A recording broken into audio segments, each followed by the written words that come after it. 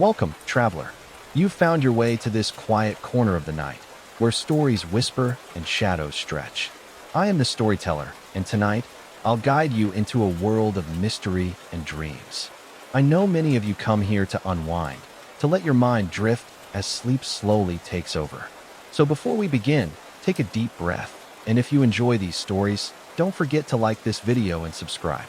It helps keep the stories alive. Tell me, where are you watching from, and what time is it? I love knowing how far my voice reaches in the silence of the night. Now, settle in, close your eyes, and let the story begin. It was nearly 2 a.m. when I finally decided to put my phone down. But like every other night, I kept scrolling. Mindless, endless scrolling. My fingers moving mechanically as my brain stayed somewhere between exhaustion and boredom. I was lying on my couch, wrapped in a blanket, with the glow of my laptop still illuminating my coffee table. Work had been brutal. Being a freelance graphic designer meant unpredictable hours, and tonight had been one of those nights where the revisions never seemed to end. I yawned, ready to call it quits, when I noticed something strange. A notification popped up on my screen. @forgotten_child liked your photo. At first, I didn't think much of it. My Instagram wasn't exactly private, but I had set some older posts to close friends only. The photo they had liked was from 2017, a blurry, badly lit picture of me and some friends at a concert. Curious, I tapped on their profile. The username was odd, @forgotten_child, but what disturbed me more was the profile picture. It was a face, or at least it seemed like one. Blurred, warped, like an image you'd get if you moved your camera too fast while taking a picture in the dark. I scrolled through their page. Nothing. No posts. No followers. Just an empty, ghost-like account. I set my phone down, shaking off the mild unease, and went to grab a glass of water from the kitchen. When I came back, another notification was waiting for me. @forgotten_child liked your photo. Another one, this time from 2015. A picture of me on my college graduation day. My stomach tightened slightly. Then another, and another. They were going through my old photos, years worth. My fingers hovered over the block button, but before I could tap it, a message popped up. @forgotten_child, you look just like her. I stared at the screen.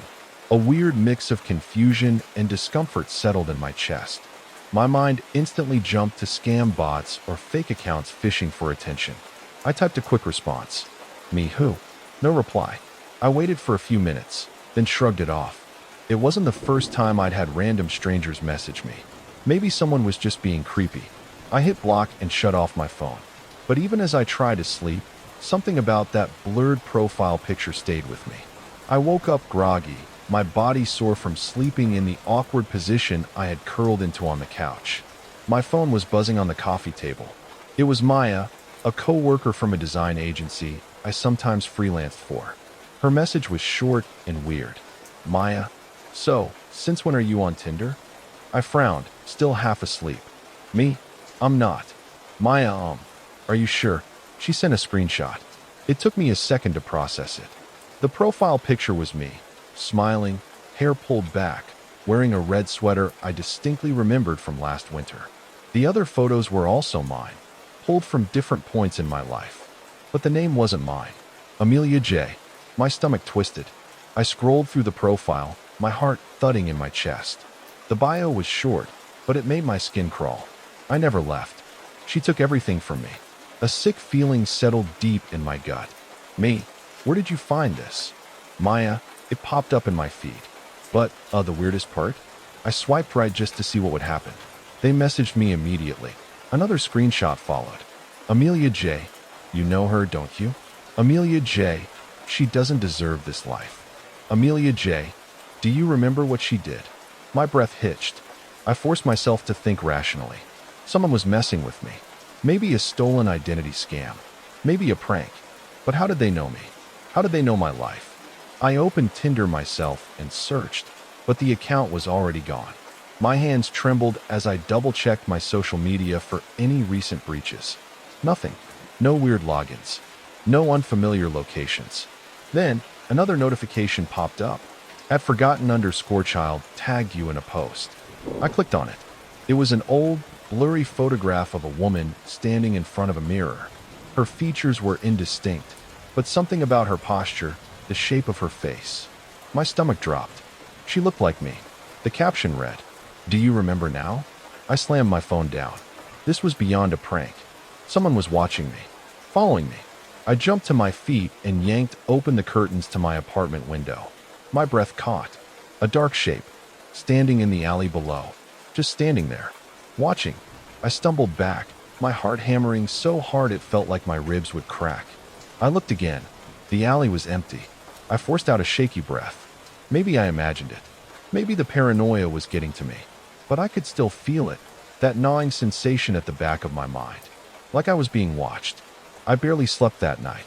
Every sound in my apartment felt amplified. The hum of the fridge, the occasional creak of the pipes, the wind against the window. I kept checking my phone, expecting another message, another tag, another reminder that someone out there was toying with me. By morning, my exhaustion was overridden by something else. I need to understand. Something about that name, Amelia J. stuck with me. The blurred photo, the eerie captions. I never left. It wasn't just random harassment. It felt personal. I pulled out my laptop and started digging. At first, the name, Amelia J., gave me nothing useful. Then I tried a different approach, Amelia Jones, and everything clicked into place. A name I hadn't thought about in years. I sat frozen, my fingers hovering over the keyboard. Amelia Jones. We had gone to college together. She wasn't exactly a friend, more like an acquaintance, someone always on the periphery of things. She was quiet, reserved, the kind of person you'd barely notice at a party. She had dark hair, always covering part of her face, and a way of standing slightly apart from everyone, as if she wasn't sure she belonged. But the thing I remembered most was her fixation on my then-boyfriend, Matt. At first, it had seemed harmless. She would stare at him a little too long in class, find reasons to join conversations he was in. But over time, it got weird. She sent him long emails, pages of poetry about love and fate. She followed him around campus. Once, she left a notebook on his dorm doorstep, filled with pages and pages of their names written together. I had confronted her about it once. Not angrily, just confused. "I don't know what you're talking about," she had said, her voice eerily calm. "But if I did love him, I wouldn't be the one in the wrong. You would." And then, one night, she snapped. There was a party at a house off campus. I wasn't there, but I heard what happened. Amelia had shown up uninvited. She had cornered Matt in the kitchen, whispering something frantic to him. When he pulled away, she screamed. A raw, awful sound that silenced the whole party. She shoved a girl who tried to calm her down, then ran out the door. No one ever saw her again. The official story was that she left school, but there were rumors. Some people said she had taken her own life, that she had walked into the woods and never come back. Others said she had simply vanished, like she had never really existed in the first place. I stared at my screen, my heart hammering. This couldn't be her. This had to be some sick joke. But the more I thought about it, the worse it got. I opened my old college email. It had been years since I logged in, but once I did, my inbox was flooded with unread messages. One subject line caught my eye. "You took my place. I'll take yours." My hands shook as I clicked it. The email was short. "Do you ever wonder what it feels like? To be forgotten? To watch someone else take everything that was supposed to be yours? Don't worry. I'll make sure you understand." I felt cold all over. I went back to social media, searching for an old account I hadn't used in years. I scrolled through forgotten posts, looking for any trace of Amelia. And then I found it. A grainy, low-quality video. It had been posted the night she disappeared. I clicked play. At first, it was just static. Then the image sharpened. A dimly lit dorm room. Amelia's face close to the camera. Her eyes were wide, her lips moving in a whisper. The audio was warped, barely audible, but I could make out the words. "If I can't have your life, I'll live through you instead." The video ended. I slammed my laptop shut, my breath coming in short, shallow gasps. I wasn't imagining this. This wasn't a prank. Someone was trying to come back. I kept telling myself this was just a coincidence. A twisted prank. A hacker, maybe. But deep down, I knew. Something was wrong. It started with my reflection. During a video call with Maya that evening, I noticed it, just for a second. A flicker, a distortion. Maya was rambling about a new client when I saw it in the tiny corner of my screen. Me, sitting there, but not exactly me. My lips were moving, but no sound was coming out. I froze, watching as my reflection continued speaking, its mouth forming words I couldn't hear. Then, blink. Everything was normal again. My reflection was back in sync, mirroring my every move like it should. I forced a laugh, trying to shake it off, but my hands were shaking. Then, my phone vibrated. A notification from Instagram. @forgotten_child posted a new story. My stomach clenched. I clicked on it. The story was a photo. My photo. A picture of me, sleeping. The image was grainy, as if taken from a distance, but there was no mistaking it. I was curled up in my bed, the same blankets, the same room. My chest tightened. I tried to delete the post, but an error message appeared. This is my account now. I felt a wave of nausea. Someone had hacked me. Someone had been in my apartment. I scrambled to change my passwords, but before I could, another notification appeared. A new post from @forgotten_child. A video. I clicked on it with shaking hands. At first, it was just darkness. Then, slowly, an image formed, a live feed of my apartment door. The camera was shaky, as if someone was standing outside, holding a phone up to the peephole. I swallowed hard, my breath shallow. The screen flickered, the image distorted, and then, knock, knock, knock. A sharp, deliberate tapping against my door. I gasped, spinning toward the entrance. My apartment was silent. I crept toward the door, every muscle tense, and pressed my eye against the peephole. Nothing, but my phone buzzed again. A call. Unknown number. My throat tightened. I hesitated, then answered, my voice barely above a whisper. Hello. A pause. Then, a voice. Low, soft. I'm coming back. I hung up and dropped my phone. My skin crawled with something cold and primal. I grabbed a kitchen knife, my ears straining for any sound beyond the door. The hallway was silent. But I wasn't alone. I knew I wasn't alone. I called the police. They checked the building, found nothing. Probably a prank, the officer said. Change your passwords, stay cautious. But this wasn't a prank. This wasn't something a hacker could do. The next morning, it got worse. I woke up with no memory of the night before, my phone clutched in my hand. The screen was lit up with messages. I opened my texts. Messages I didn't remember sending. To Maya, to Matt, even to some old classmates I hadn't spoken to in years. The messages were simple. Do you remember me? I never left. I'm coming back. My blood turned to ice. Then Maya called. Lily, she said, her voice uneasy. Where were you yesterday? What do you mean? I croaked. I saw you at the cafe near my place, she said. I waved, but you didn't say anything. You were wearing different clothes. And you just stared at me. I couldn't breathe. That wasn't me. It wasn't just a digital ghost anymore. It was trying to replace me. I was done being afraid. If Amelia wanted to play games, I was going to end them. I spent hours trying to track the fake profiles. It wasn't easy, but eventually, I found something. A location buried in the metadata of one of the older posts. An IP address. A place. It led back to my old college. To an abandoned dorm room. I shouldn't have gone alone. I knew that. But this wasn't just stalking. This wasn't a hacker or some internet troll. This was something else. I drove there that night, gripping the wheel so tightly my knuckles turned white. The campus had changed over the years, but the old dorm building still stood, condemned, forgotten, its windows shattered, its walls covered in ivy. I forced open the rusted door. The air inside was thick, damp, heavy with dust. Then I saw it. Room 306. Amelia's old dorm. The door was unlocked. It swung open with a slow, painful creak. Inside, the walls were covered, dozens, maybe hundreds of printed screenshots. My photos, my posts, every stage of my life, mapped out, analyzed, like a shrine. The air left my lungs. In the center of the room sat a single laptop, its screen glowing in the darkness. I stepped closer. The screen was open to a live video feed. My apartment, my living room, me. I was watching myself in real time, sitting at home, except I wasn't there. I swallowed hard and reached out with a trembling hand. The screen flickered.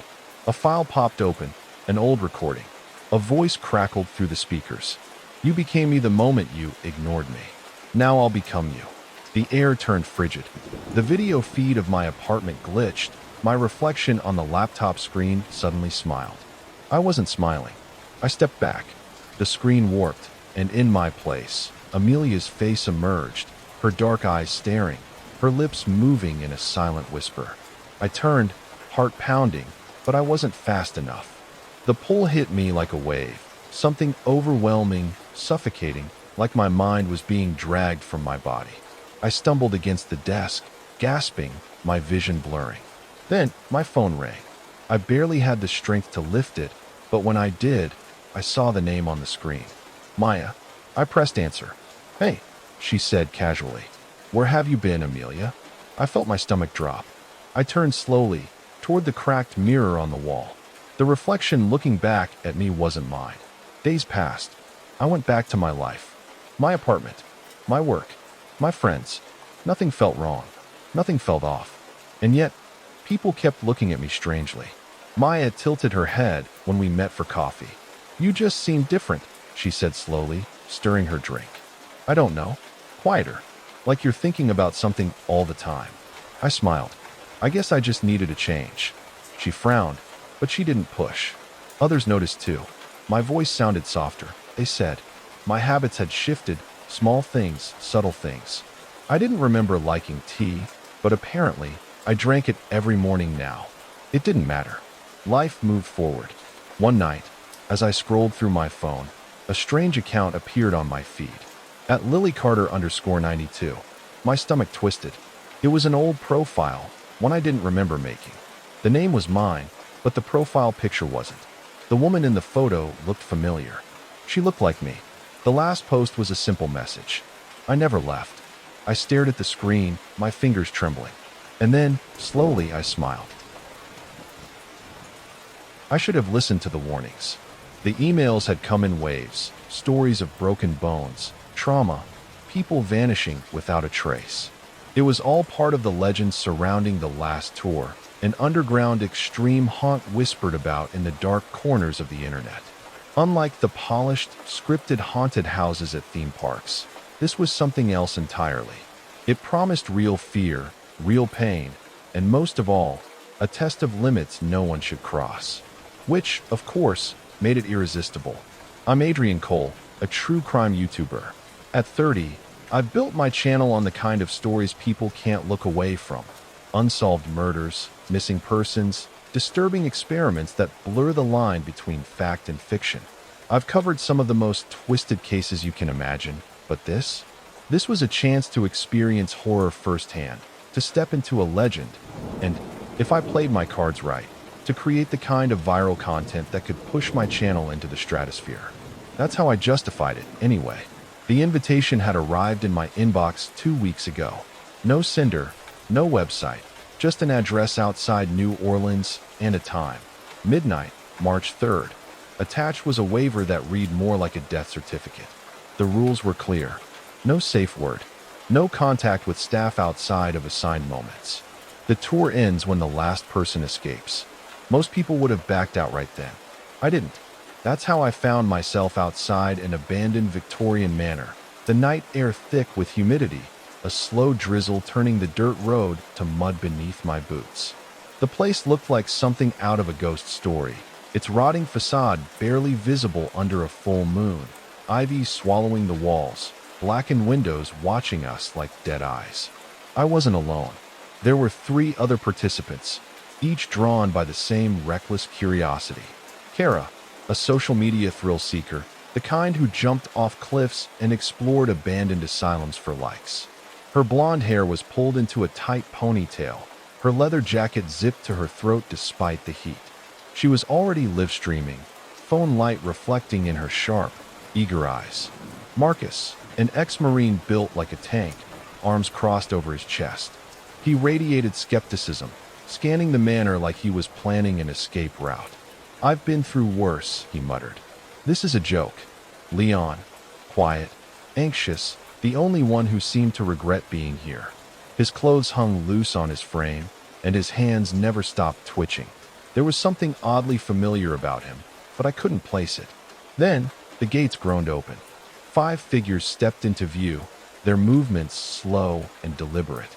They were dressed in 19th century clothing, the fabric stained and tattered, their faces concealed behind cracked porcelain masks. The leader, taller than the rest, with a skeletal frame, unfolded a parchment and read in a voice like dried leaves. "You have entered the final stage. There is no turning back." Then, without another word, the gates slammed shut behind us. The moment the gates slammed shut, the masked figures disappeared into the shadows, leaving us in silence.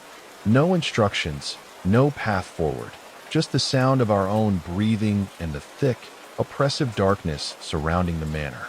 Then, one by one, the lights flickered on, revealing doorways ahead. For doors. For participants. "Looks like we go in alone," Kara said, still holding her phone up, though her live stream had mysteriously cut off.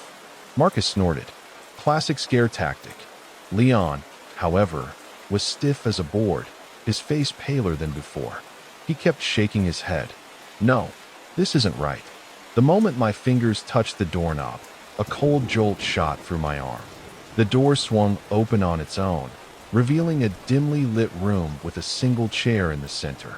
The walls were lined with old televisions, the screens caked in dust and grime. The air smelled of mildew, sweat, something rotting. Then the door slammed shut behind me. I turned, yanking at the handle, locked. Of course. I exhaled, steadying my camera. "All right," I muttered, my voice shaking slightly. "Let's see what they've got."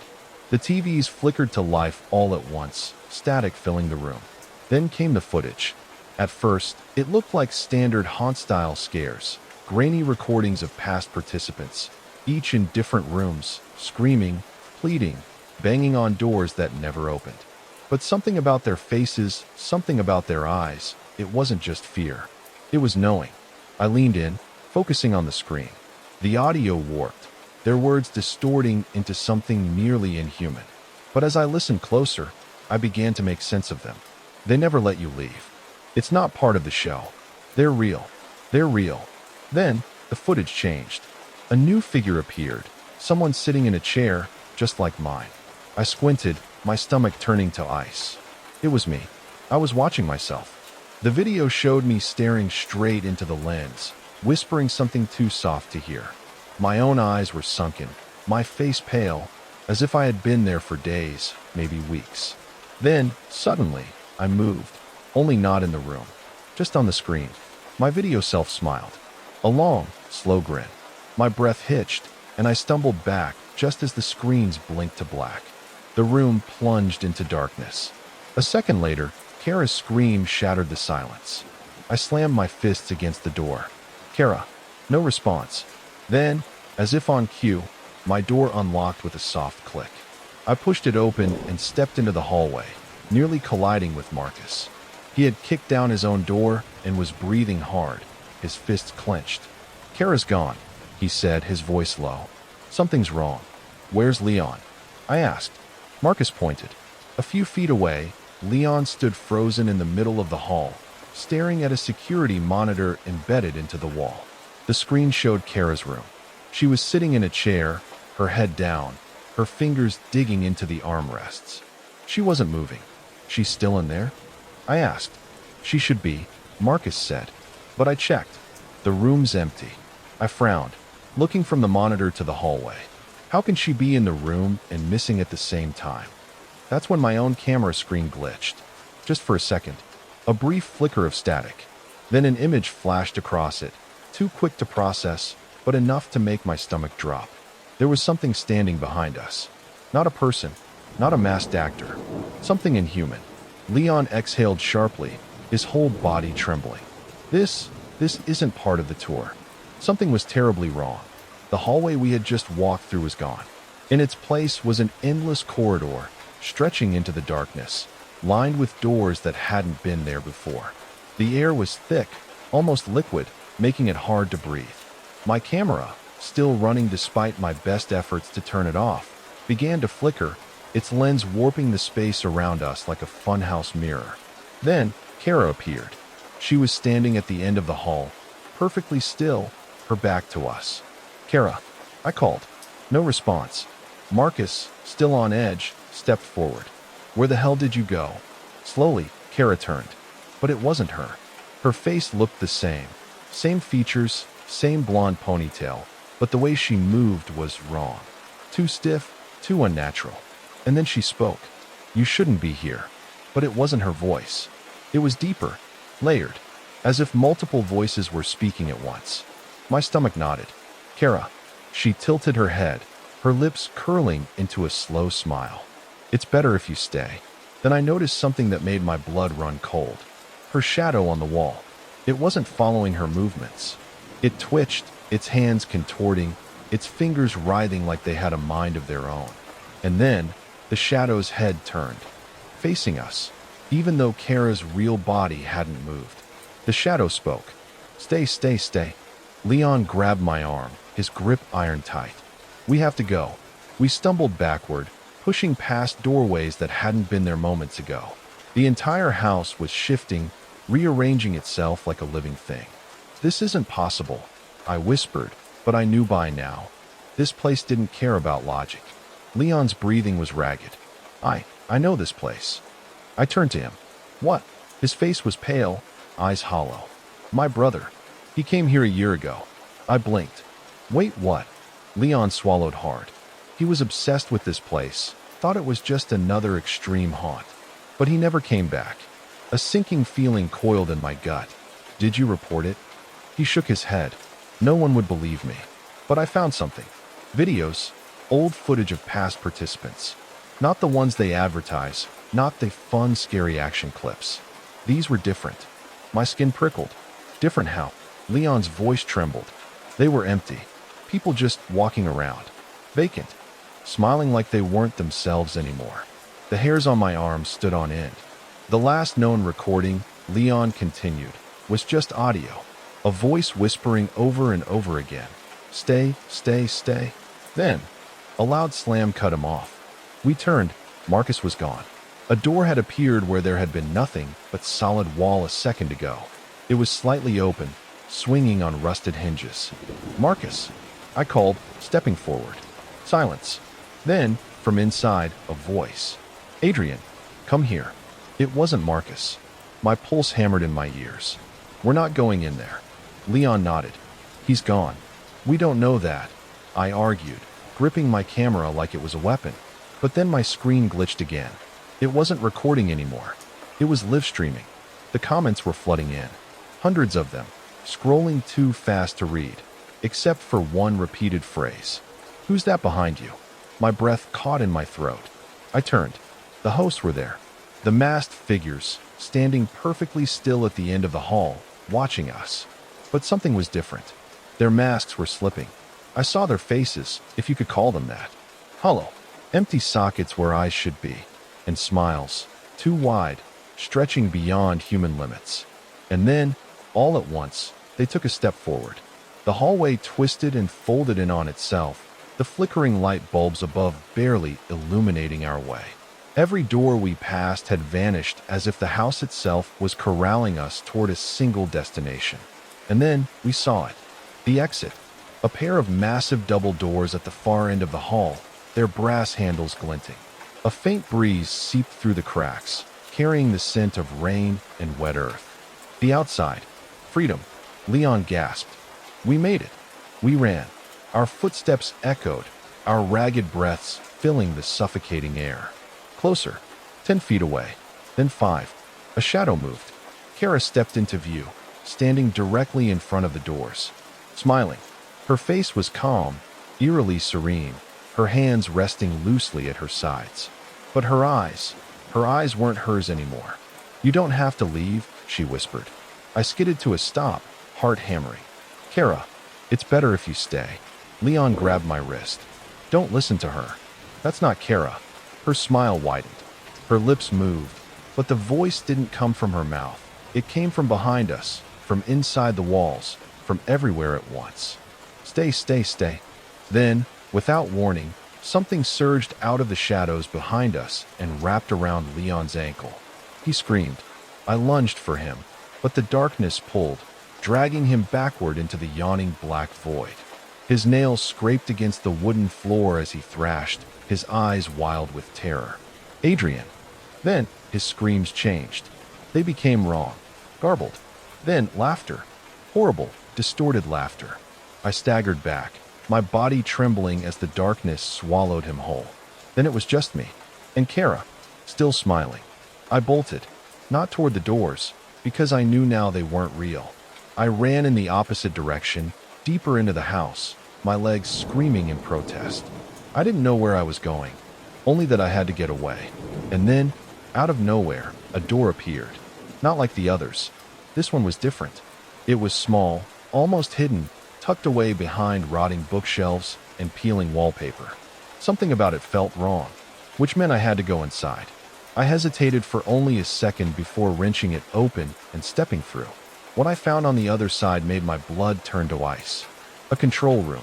Rows of dusty monitors lined the walls, their screens filled with grainy footage. Cables snaked across the floor like veins, leading to machines humming with a low, unnatural buzz. I stepped closer. The screens flickered, showing different rooms in the manor. At first, they looked like security feeds, live footage of the house. But as I focused, my stomach lurched. The figures on the screens weren't just random participants. They were me. I saw myself wandering the halls, panicked, calling for Leon. I saw myself banging on the doors, my breath fogging the glass. And then, the footage rewound. The same scenes played again, and again, and again. Then it changed. A new clip. I was standing outside the manor, younger. My hair was shorter. My clothes were different. I was arriving. I watched in horror as my past self stepped toward the gates, eager, excited. The date on the footage, March 3rd, 2019. Not today. Not this year. 6 years ago.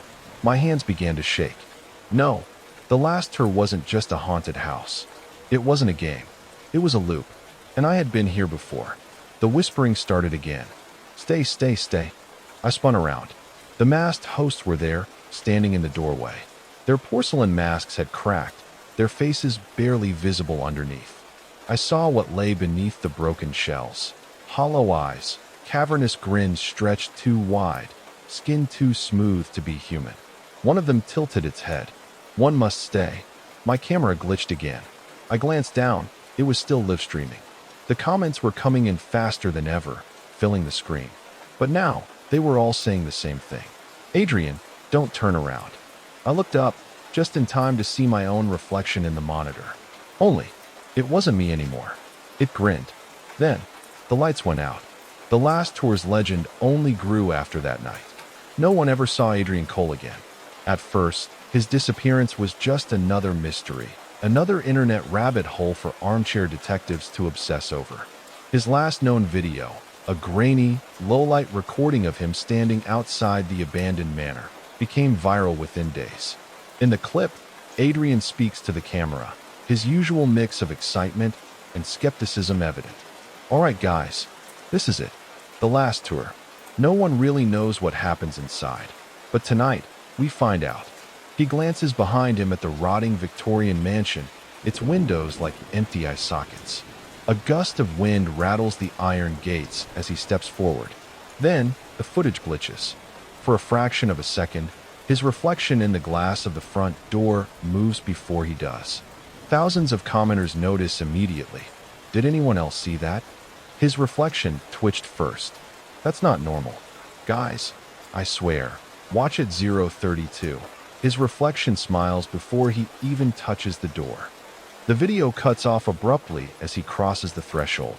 No outro, no second part. Days turn into weeks. No updates. No signs of Adrian. Search parties find nothing. No blood, no body, no camera. The police dismiss it as a hoax, another internet stunt gone too far. But those who look closely, who really analyze the footage, notice something else. In the final frame, just before the video cuts to black, the faint outline of a figure can be seen behind Adrian. Watching, smiling. And the manor? It stands empty once again, waiting for its next guests. Because the last tour never ends. It only waits. The ocean breeze was thick with salt as I stepped out of the rental car, inhaling deeply. The sun hung low over the horizon, painting the sky in shades of burnt orange and dusky purple. Byron Bay was everything I had hoped for, untamed, beautiful, and brimming with stories waiting to be told. Owen stretched beside me, rolling his shoulders. Damn, man, look at this place. His camera was already in hand, capturing the sweeping cliffs, the jagged rocks below, and the endless sea stretching beyond them. We had come here for an adventure, something raw and off the grid. Our travel vlog wasn't about luxury resorts or guided tours. It was about the forgotten corners of the world, the ones that carried whispers of the past. Byron Bay had plenty of those whispers. It started with a conversation at a small pub near the marina, the kind of place where the beer was cheap and the regulars had stories thick as the foam on their drinks. Owen and I had just sat down when a leathery-skinned fisherman, Henry, leaned toward us from the next stool over. His hair was a tangle of gray, his face a map of deep lines, and his hands calloused from years at sea.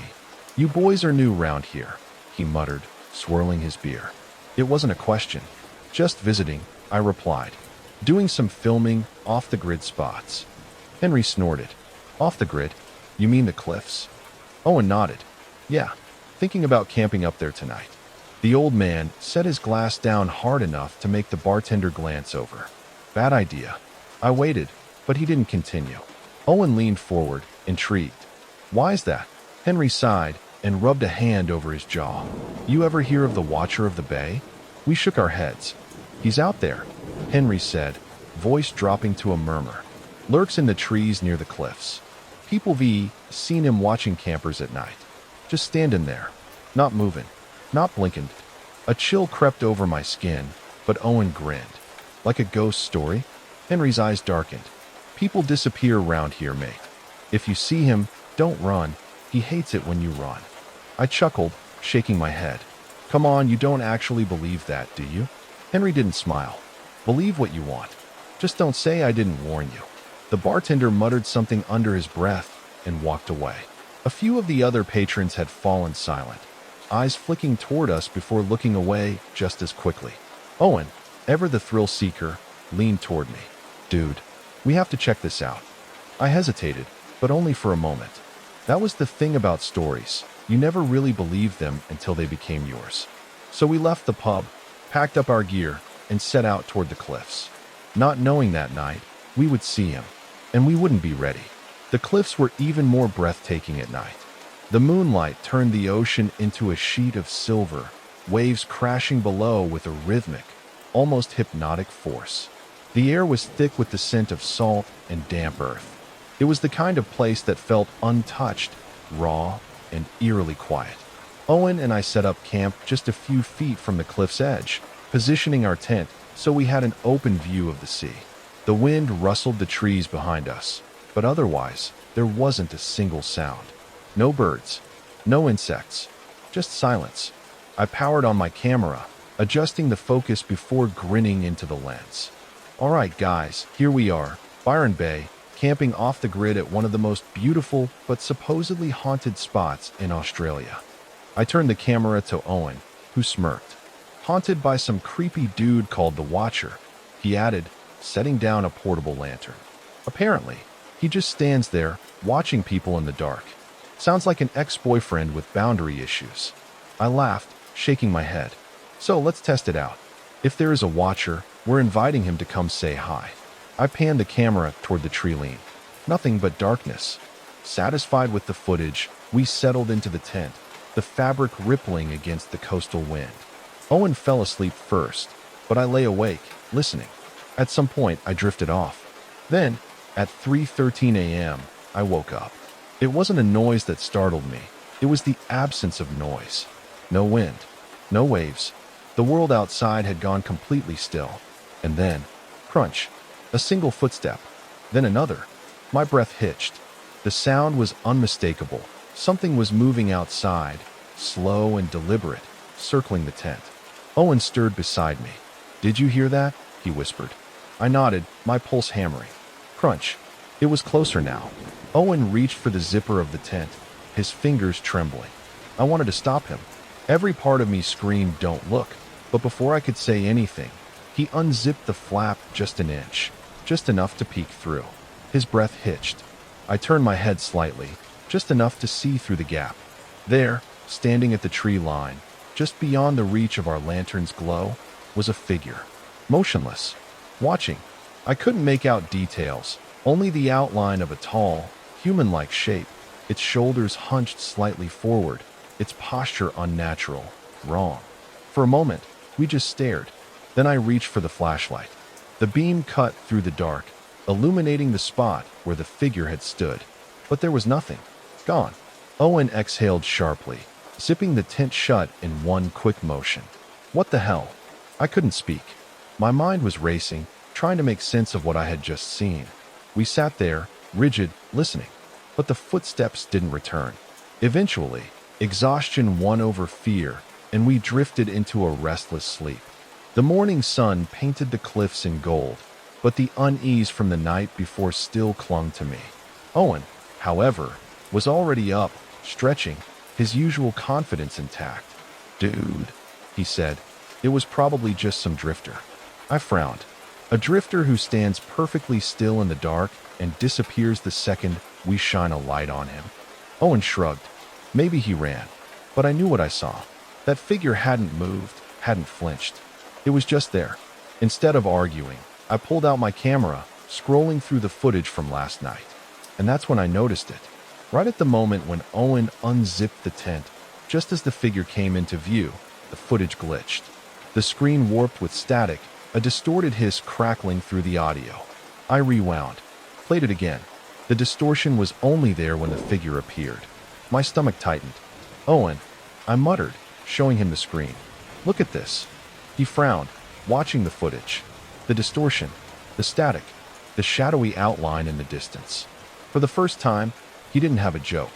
For the first time, he looked scared. The second day was supposed to be about exploring deeper into the cliffs, finding even more untouched landscapes to film. But something felt different that morning. The air was heavier, the silence more pronounced. Even the waves seemed duller, their endless crashing subdued somehow. We barely spoke as we packed up camp, heading farther inland, away from the ocean. The terrain grew more rugged, the cliffs steeper, the trees thicker. There was no sign of anyone else. No hikers, no campers. Just us. Then we found it. An abandoned campsite. The fire pit was cold, the embers long dead. The tents, 2 of them, were shredded, their fabric hanging in tatters. Scattered around were belongings, a half-packed backpack, a pair of hiking boots, a thermos lying on its side, its contents long dried. Owen crouched near one of the tents. What the hell happened here? I stepped forward cautiously, pushing the flaps of the largest tent aside. Inside, it was just as trashed as the outside. Sleeping bags torn, a flashlight with a cracked lens, a book with pages ripped out and scattered. And then I saw it. A Polaroid photo, half buried beneath a sleeping bag. I picked it up, shaking off the dust. The image was blurry, but I could make out trees in the background, and something standing among them. A tall, faceless figure. My breath caught, but it was the timestamp at the bottom of the photo that sent ice through my veins. 3:13 a.m. I stumbled back, nearly dropping the picture. Owen peered over my shoulder. "Dude, what is that?" I couldn't answer.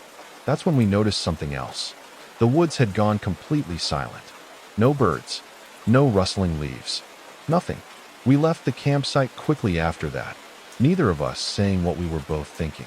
Someone, or something, had been here before us. And now it knew we were here too. Night fell, but neither of us could sleep. We set up camp cautiously, building a fire bigger than the night before, as if it could somehow keep whatever was out there away. By 3 a.m., Owen was nodding off, but I was still wide awake. My nerves felt raw, my skin prickling with anticipation. And then, whistling. A low, slow tune drifted through the trees, just at the edge of hearing. My breath hitched. Owen jerked awake. "Did you hear that?" I didn't answer. My body had gone rigid, every muscle locked in place.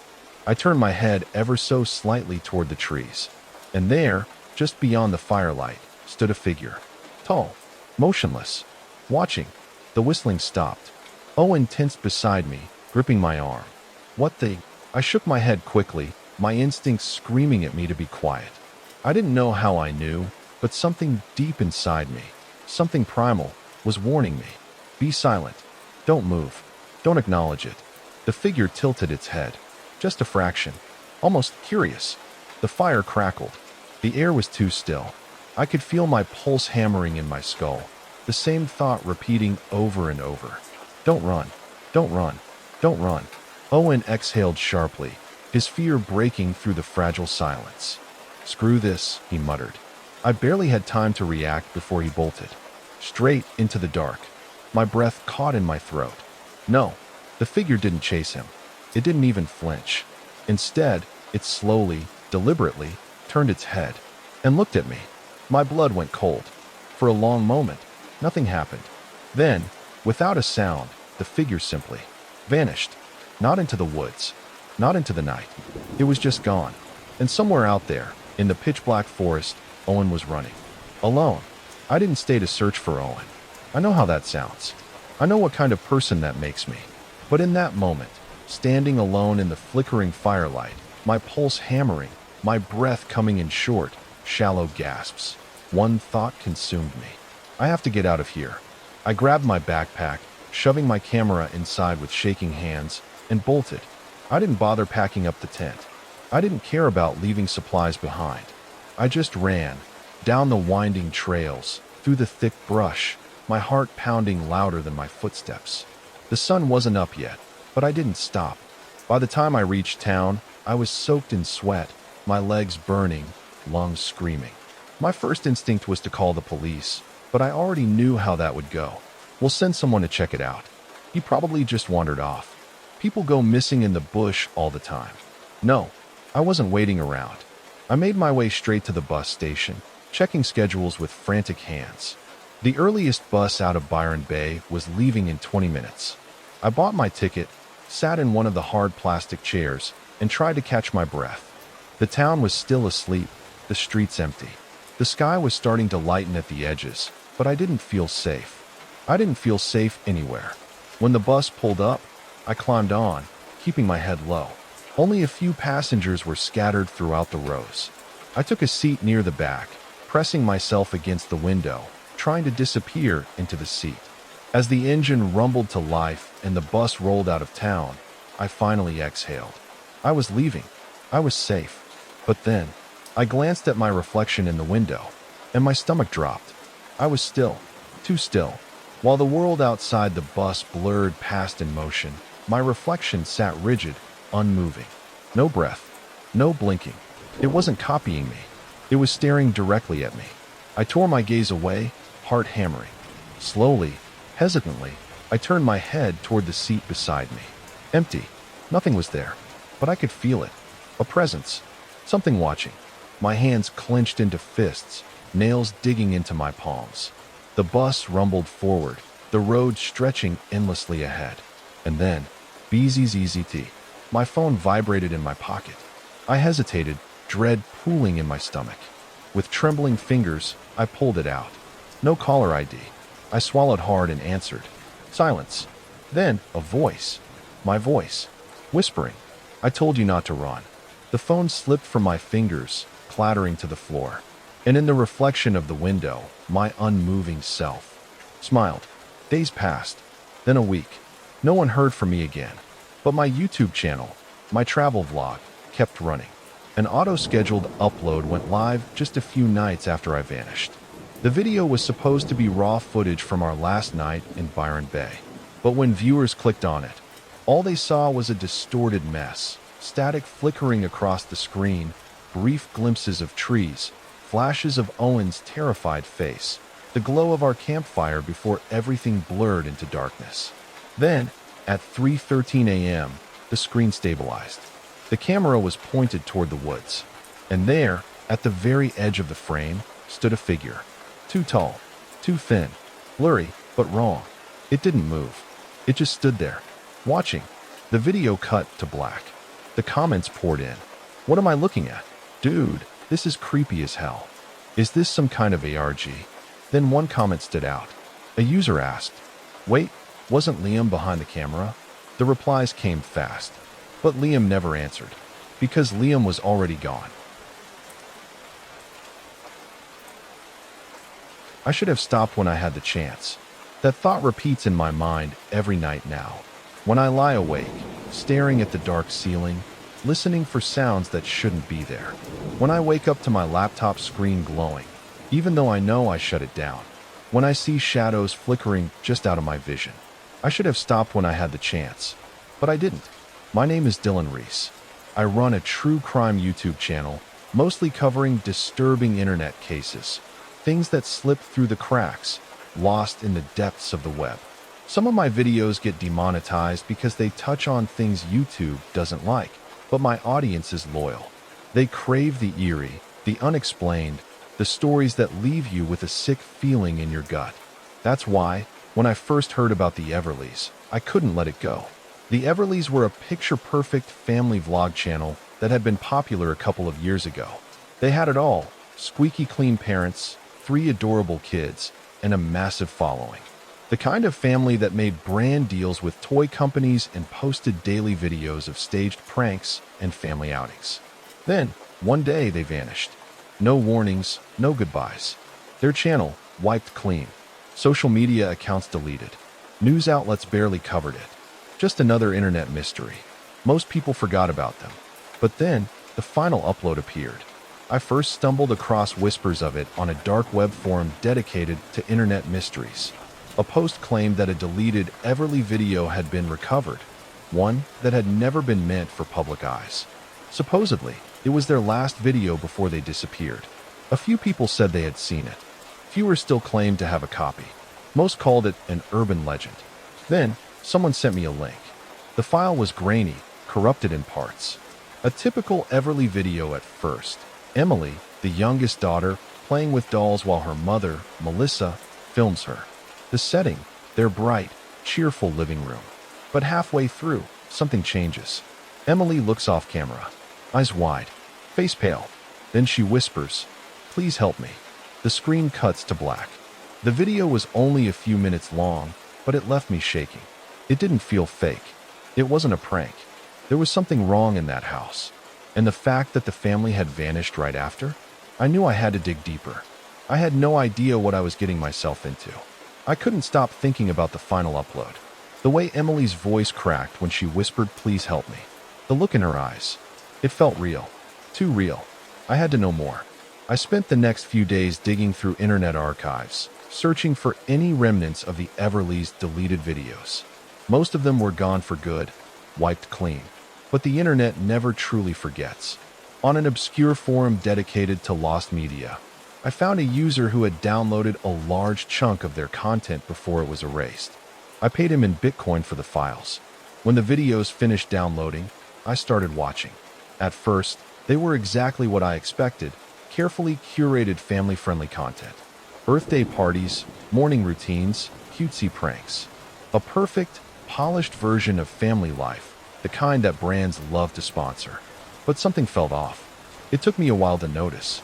In the early videos, Emily was bright, cheerful, full of energy like any 6-year-old. But as the months passed, she started changing. By the middle of their second year of uploads, she barely spoke. She sat silently while her siblings laughed and played, her eyes constantly flicking off camera, as if looking for something or someone. I checked the comments on the older videos. I wasn't the only one who had noticed. Why does Emily never talk anymore? She looks scared all the time. Is she okay? Anyone else notice she keeps looking behind the camera? One comment stood out to me, posted under a now deleted user. "No one is listening. Please, someone help her before it's too late."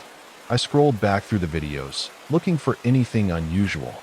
And then, in a seemingly harmless Christmas morning special, I found it. At the 5-minute mark, Emily is sitting on the floor, opening a gift. Her mother, Sarah Everly, reaches out to touch her shoulder. Emily flinches. Not just a small reaction. She jerks away, her whole body recoiling like she's expecting to be hit. My stomach twisted. Something was wrong in that house. I pulled up one of their last recorded videos, titled Family Fun Day at the Park. The video was normal at first, just forced laughter and staged moments. But when I enhanced the audio, I caught something chilling. A faint whisper, barely audible beneath the cheery background music. "He's watching me." My blood ran cold. I slowed the footage down, watching Emily's movements frame by frame. That's when I noticed it. Her eyes. She was blinking in a pattern. Too deliberate. Too precise. Morse code. I quickly translated it. HLP. My hands were shaking. Emily had been trying to communicate. To someone. To anyone. And no one had noticed. Until now. I couldn't ignore it anymore. This wasn't just an internet mystery. It was something darker. Something real. Emily had been asking for help, and no one had listened. I needed to talk to someone who had been there. Contacting a former cameraman. After hours of searching, I found a name buried in an old Reddit thread, Mark Daniels. He had been a cameraman for the Everleys during their peak. But then, suddenly, he quit. No explanation. No statements. Just gone.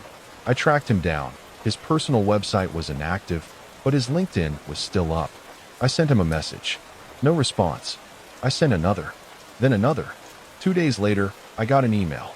"Stop looking into this. It's not safe. Just let it go." That only made me more determined. I sent a final message. "I've seen the last videos. I know about Emily. Please." An hour later, my phone rang. Mark's voice was low, hushed. "If I talk, you never mention my name." Understood. I agreed. At first, he hesitated, but eventually, the words poured out. Sarah Everly was obsessed with the channel. Everything had to be perfect. If the kids weren't smiling, she'd make them reshoot the scene over and over. But the father, Adam Everly, he was the real problem. I frowned. Adam, he was never on camera. "That's the thing," Mark said. "He was always there, behind the lens, watching. And Emily, she was terrified of him." A pit formed in my stomach. "What did he do?" Mark's voice dropped to a whisper. "I don't know. I just know what I saw. And it wasn't right. The vanishing act. There had to be more." I kept digging. That's when I found something almost no one had seen before. A low-resolution bootleg of the Everleys' final live stream. Most people believed their last video had been deleted, but someone had recorded it. A shaky, screen-captured version, grainy, distorted. But it was there. I clicked play. The Everleys sat in their usual bright, perfect living room. Sarah forced a smile. The two older children laughed on cue. But Emily, she just stared at the camera. Her eyes hollow, her mouth slightly open, as if she wanted to say something but couldn't. The chat was flooded with confused messages. "Why does Emily look so sick? She hasn't blinked once. Something feels off about this." Then, at the very end, something happened. Emily shifted. Her lips parted, and in a small, flat voice, she finally spoke. "We can't leave." The screen cut to black. The family was never seen again. Disturbing clues in the background. I replayed the last few seconds of the video over and over. Something was wrong. I paused, examined the background. Then I saw it. A shadowy figure, barely visible, standing behind the family. Not Adam. Someone, or something else. My pulse pounded as I zoomed in. Then I noticed something even worse. The TV screen behind them was reflecting the room. But Emily's reflection was wrong. She wasn't just sitting there. She was screaming, mouth open wide, eyes wild with terror. But in the main footage, she didn't move at all. I stared at the screen, my breath caught in my throat. Something unnatural had been in that house. Something had held them there. And now, I had seen it too. I knew I had gone too far. But I also knew I couldn't stop. The truth was waiting, and I had to see it for myself. The Everleys' house had been abandoned for over a year, yet there was no record of them ever moving out. No forwarding address, no reports of missing persons. It was as if they had just stopped existing. I drove out to the house on a cold, overcast afternoon. It sat at the end of a quiet cul-de-sac, surrounded by other homes that looked just like it. Except this one was wrong. The yard was overgrown, weeds choking the sidewalk. The windows were dark, the curtains drawn. A real estate sign leaned against the porch, but there was no for sale notice. No indication that anyone had even tried to take over the property. I tested the front door. Locked. But the back door? It swung open with a creak. The air inside was thick, stale, as if no one had breathed it in a long time. Yet everything was exactly as it had been in the final live stream.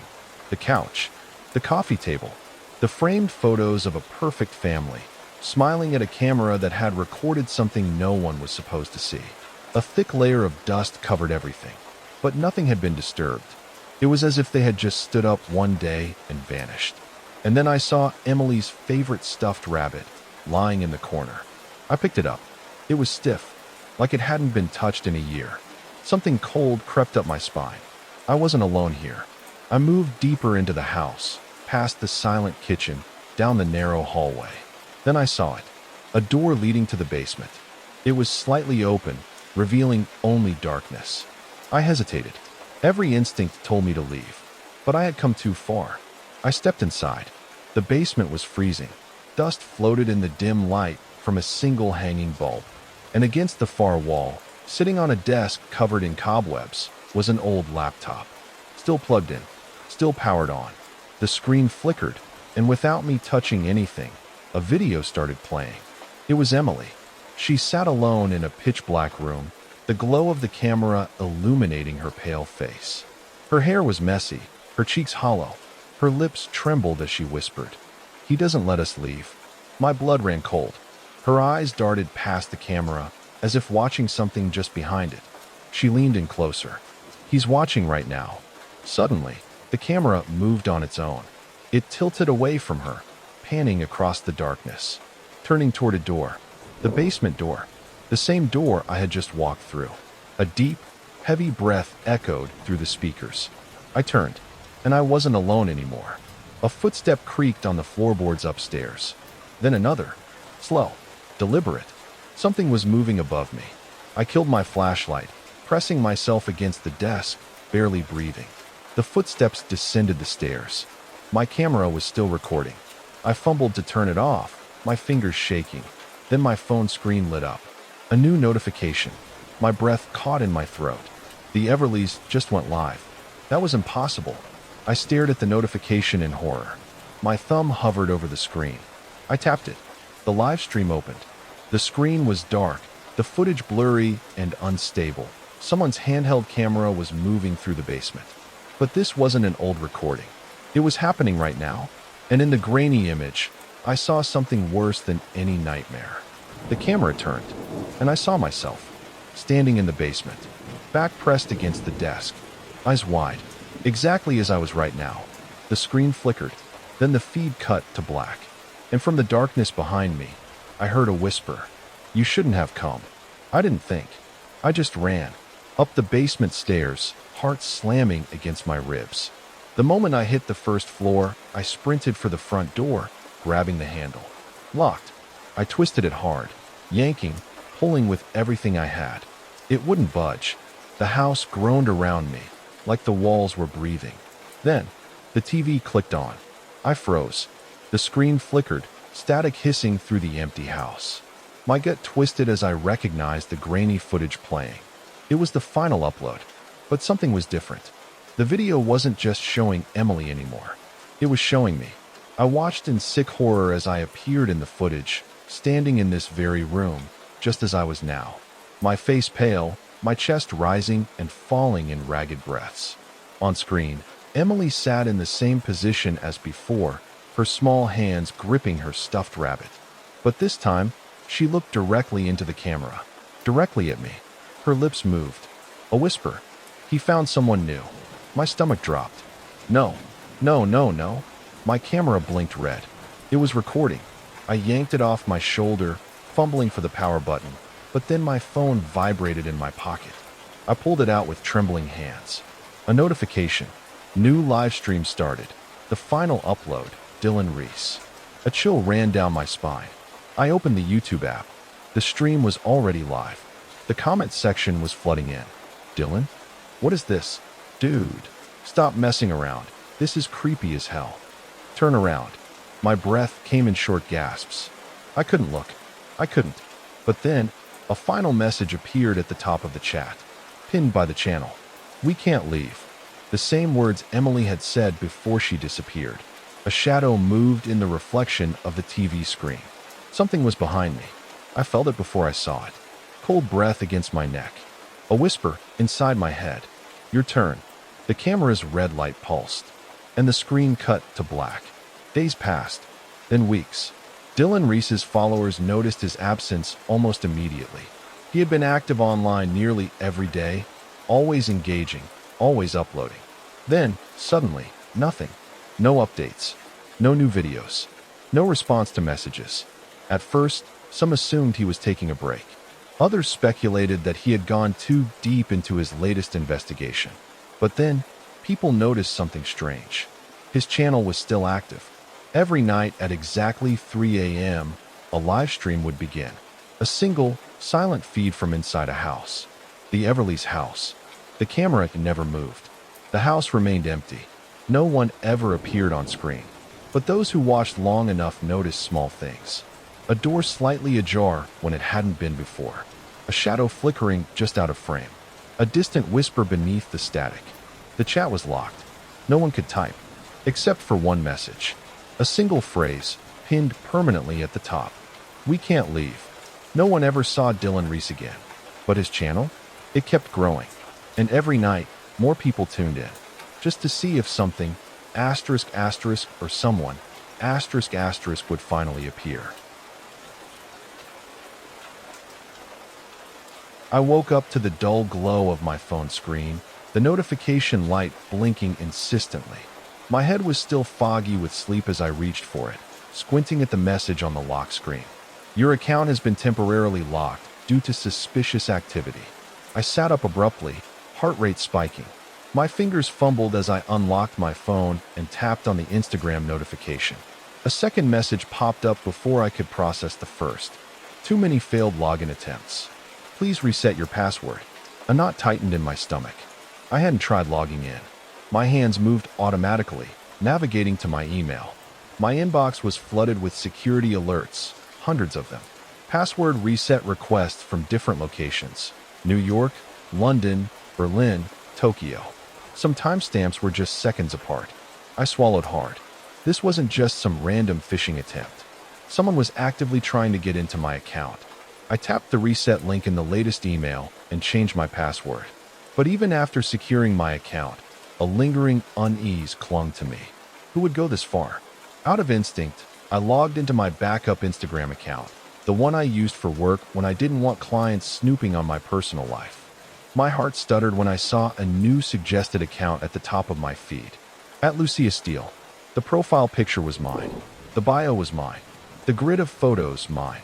I clicked on it, pulse hammering. Every single picture from my real Instagram had been copied onto this one.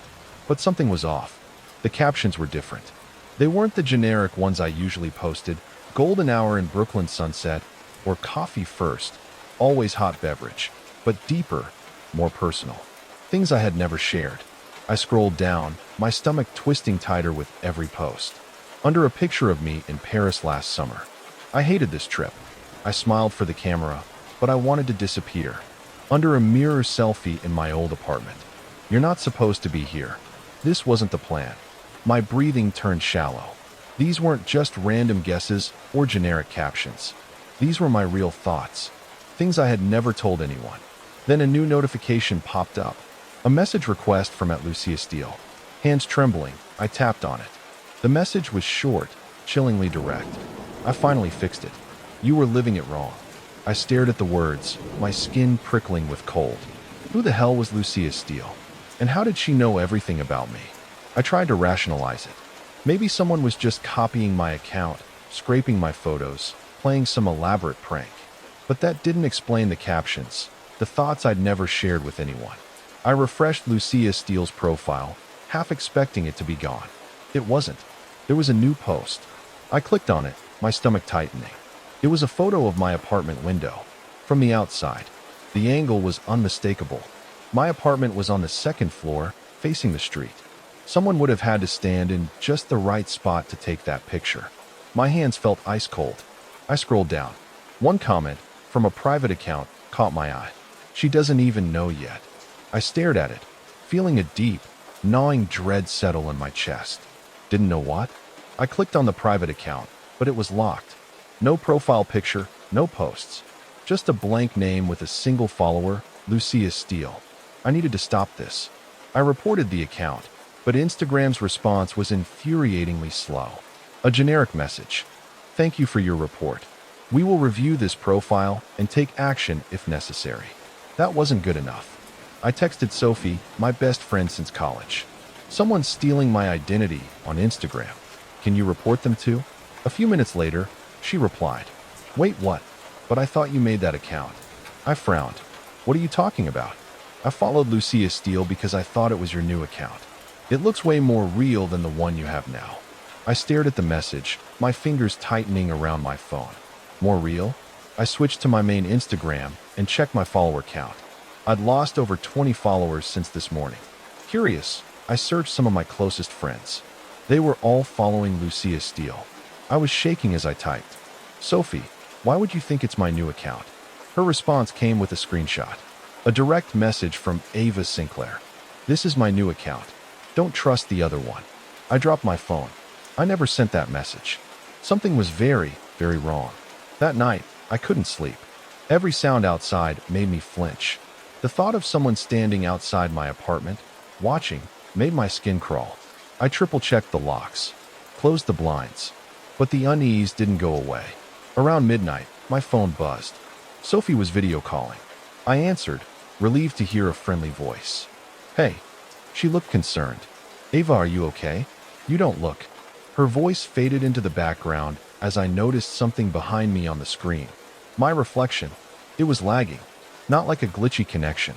More like a deliberate hesitation. I lifted my hand. My reflection followed, a second too late. A cold wave of nausea swept over me. Sophie, my voice was barely a whisper. She frowned. What's wrong? I stared at the screen. My reflection was perfectly still now, but I wasn't. And then, it smiled. I didn't. I screamed and slammed my laptop shut. For the first time in my life, I felt like I was losing control of my own reality. And I had a terrible, sinking feeling. Someone, or something, had already taken my place. I spent the rest of the night refreshing my Instagram, waiting for a response to my report. The logical part of my brain kept trying to rationalize this. It had to be some elaborate scam, right? Someone with advanced tech skills, deepfake software, something. But then, at 7:12 a.m., the response finally came. We've reviewed your request and determined that Ava Sinclair is impersonating at Lucia Steele. Your account has been permanently disabled. I stared at my screen in stunned silence. They thought I was the imposter. I clicked on Lucia's profile, my heart pounding. A new post had appeared just minutes ago. It was a picture of me, smiling, my hair tucked behind my ear in a way I hadn't done in years. The caption read, I fixed everything. I'm finally free. I felt like I was going to be sick. I barely had time to process what was happening before the next wave of horror hit. My email wouldn't log in. Incorrect password. I tried resetting it. No recovery email came. I switched to my banking app. It refused to recognize my login. I called my bank in a panic, but after answering every security question, the operator's voice turned flat. I'm sorry, but there are no accounts under that name. My chest tightened. That's impossible. I've had this account for years. A long silence. Miss, are you sure you have the right information? I hung up, shaking. One by one, everything disappeared. My digital footprint, my utility accounts, even my passport records. I checked the online system, and my name wasn't there. It was like I had never existed. The worst part came that afternoon. Lucia Steele went live. I almost didn't click on it, but I needed to see. The second the feed loaded, my blood ran cold. It was me, sitting in my apartment, my real apartment, wearing the sweater I had thrown over a chair last night. She looked at the camera, smiling. Hey guys, she said in my voice. Just wanted to check in and thank you for all the love. It's been a crazy few days, but I'm feeling so much better now. More myself than ever. Thousands of people were watching, commenting. So glad you're back, Ava. Love your energy today, girl. I watched in horror as I laughed on screen. But I wasn't laughing. I was sitting in a coffee shop across the city, watching this happen in real time. My fingers clenched around my phone. I scrolled through my contacts and called Sophie. Voicemail. I tried another friend. No answer. I switched to texts. Please call me. Something is wrong. The typing bubble appeared, then disappeared. Finally, a message came back. We literally just hung out yesterday. Are you okay? Yesterday? I hadn't seen anyone in days. My hands shook as I stared at my screen. Was everyone seeing her now? Believing her? A shadow fell over my table. I looked up, and a man in his 30s was standing there, grinning. Lucia, he asked. My heart stuttered. I think you have the wrong person, I said. He chuckled. Nah, don't be shy. I love your work. You're incredible. I shot out of my chair, nearly knocking my coffee over. I ran. That night, my last remaining social account, an old backup email linked to nothing important, pinged with a new message. I hesitated before opening it. There were no words in the subject line, just a single sentence in the body. Stop fighting. Just let me take it. The sender's profile picture updated in real time. I saw a change before my eyes.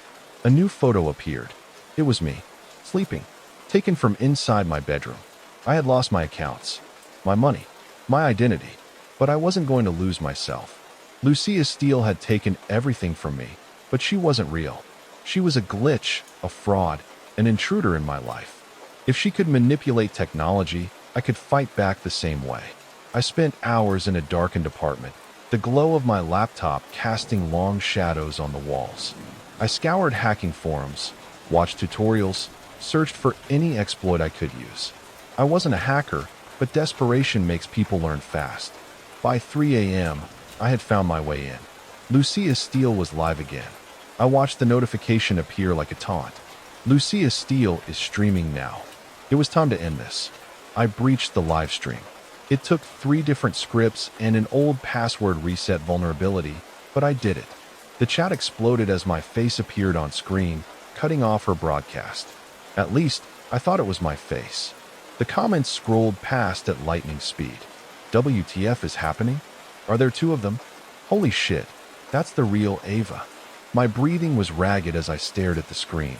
The live stream split for a moment, flickering. Lucia was still there, sitting in my apartment, smiling. Who are you? I demanded, my voice hoarse. She tilted her head, watching me through the screen like I was the intruder. Then she whispered, You don't belong here anymore. My stomach dropped. I turned my head, half expecting someone to be behind me. But I was alone. Lucia's face glitched for a split second, her eyes stretching too wide, her mouth twitching unnaturally. But when the distortion ended, she just laughed.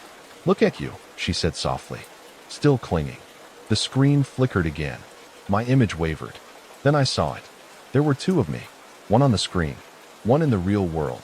But the me on screen didn't look scared. She looked at me like a predator waiting for its prey to make a move. I backed away from my laptop, but my body felt heavy, like something was pressing against my chest, pulling me forward. Lucia, or the other me, stood up. I could hear her joints crack through the speakers as she stretched. Oh, she sighed, flexing her fingers. That feels better. My vision blurred. The screen warped, stretching outward like liquid glass. Something pulled at me, yanking me forward, my hands slamming onto the desk as my laptop screen widened. The chat was going insane. What is happening? Why does the screen look like it's melting? Someone call 911 OMG. I tried to step back. I couldn't. My reflection inside the screen smiled. Lucia stepped forward. I felt a force like ice water rushing over my skin. My breath hitched as my body lurched forward. The last thing I saw was my own body, standing up, stretching, tilting its head toward the camera with a small, satisfied smile. And then, everything went black. Days passed, then a week. Lucia Steele thrived. Her follower count soared. Brands reached out with sponsorships. Her photos went viral, praised for their authenticity and haunting beauty. She posted daily pictures of my apartment, my favorite coffee shop, the places I used to go, as if she had always been me. But something else appeared. A new account. At Ava Sinclair. No profile picture. No bio. Just a blank name with a single post. People noticed it quickly, tagging Lucia, asking if she knew anything. The post was a distorted image, static lines running through it like a corrupted file. At first, it looked like nothing. But when people enhanced it, they saw the face. My face. Mouth open in a silent, endless scream.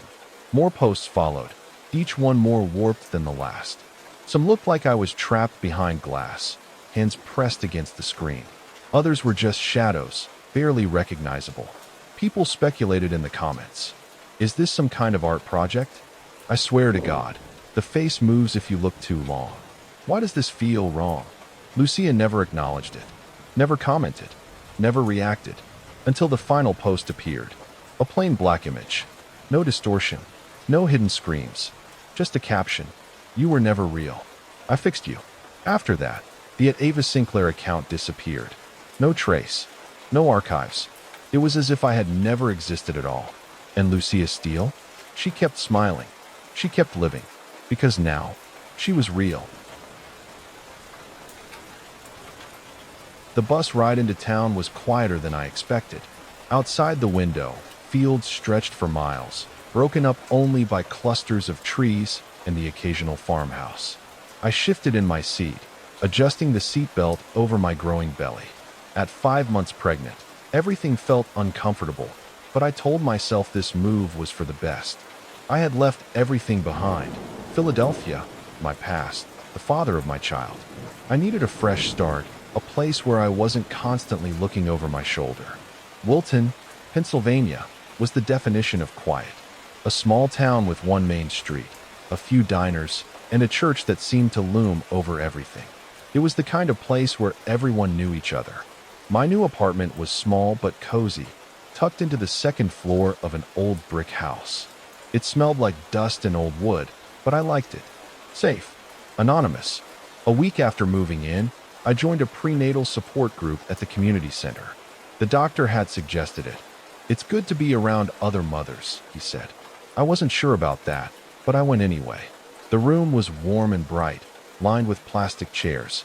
A dozen other pregnant women sat in a circle, chatting quietly. That's when I met Margaret. She was in her 40s, the oldest in the group by far. Her brown hair was streaked with gray, and her face was kind, in an almost grandmotherly way. The first time she spoke to me, her voice was soft, almost musical. "Mia, right?" she said, before I had even introduced myself. "You just moved into town, didn't you?" I nodded, a little startled. "Yeah, last week." Margaret's smile widened. "You must be about 5 months along." I froze. I hadn't mentioned that. Before I could say anything, she patted my arm. "I can always tell. It's a gift." I forced a smile, brushing off the weird feeling crawling up my spine. Maybe she was just good at guessing. Over the next few weeks, Margaret attached herself to me. She was always there, offering advice. Unsolicited, always, but impossible to ignore. "Make sure you sleep on your left side. Don't eat too much sugar. It makes the baby restless." Not every mother deserves her child, but I do. That last one stuck with me. I had laughed it off at the time, thinking she was just a little eccentric. But sometimes, when she looked at me, her eyes would linger too long on my belly, like she was staring through me. I told myself I was being paranoid, but deep down, I knew something about Margaret wasn't right. Margaret was always watching me. At first, I told myself I was imagining it, that it was just her way of being friendly. But during every prenatal class, I'd feel her eyes on me, studying me. She barely spoke to the other mothers anymore. If I turned my head suddenly, I'd catch her staring, her lips slightly parted like she was in a trance. And then she'd smile, as if nothing had happened. I tried to ignore it, but then there was the touching. Most women in the group would place a casual hand on each other's arms when they talked, or give an occasional belly rub if asked. But Margaret was different. She never asked. She'd just reach out, running her fingers over my stomach with slow, lingering movements. "You don't know how lucky you are," she murmured once, her voice thick with something I couldn't name. It made my skin crawl. I started avoiding her. If she sat next to me, I'd shift away. If she reached for me, I'd pretend not to notice.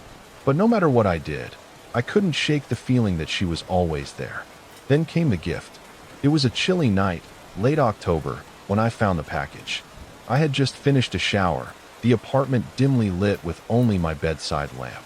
When I opened my front door to grab the takeout I had ordered, I nearly tripped over a small box wrapped in white tissue paper.